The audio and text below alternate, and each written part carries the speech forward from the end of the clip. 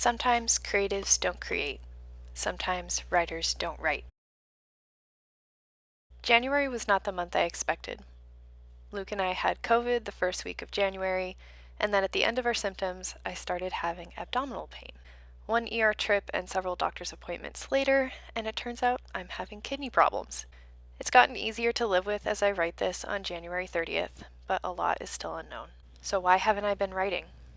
I thought it was because of overwhelm. I blamed pain or fatigue. I chalked it up to being stuck on a tough scene that I didn't want to return to. But the reality is, I haven't been writing because my mind was not available to me.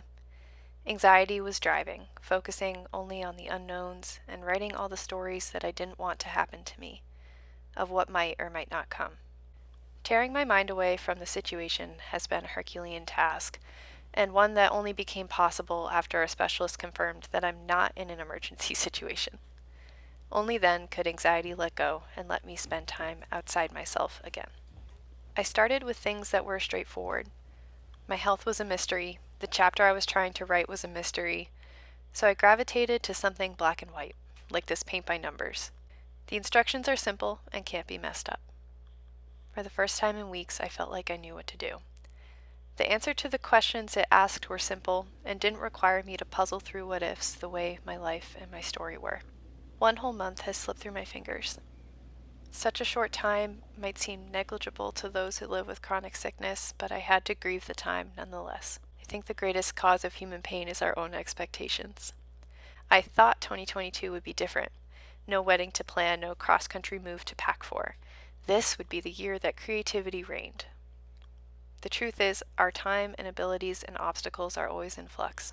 This fact is anxiety-inducing when things are bad. This makes me grateful when things are good. It is a two-sided coin. I grew up fixated on the idea that everyone has a higher purpose, and a lot of emotional pain came from thinking I had a purpose I was failing at, or that I didn't even know what it was.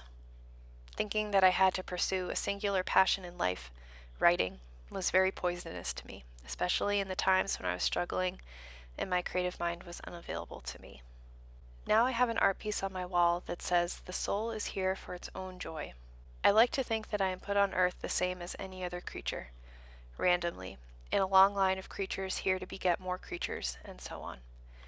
The same as the bird on the railing, the squirrels chasing each other, the worms and the fireflies and the owls, and everything else that just exists here.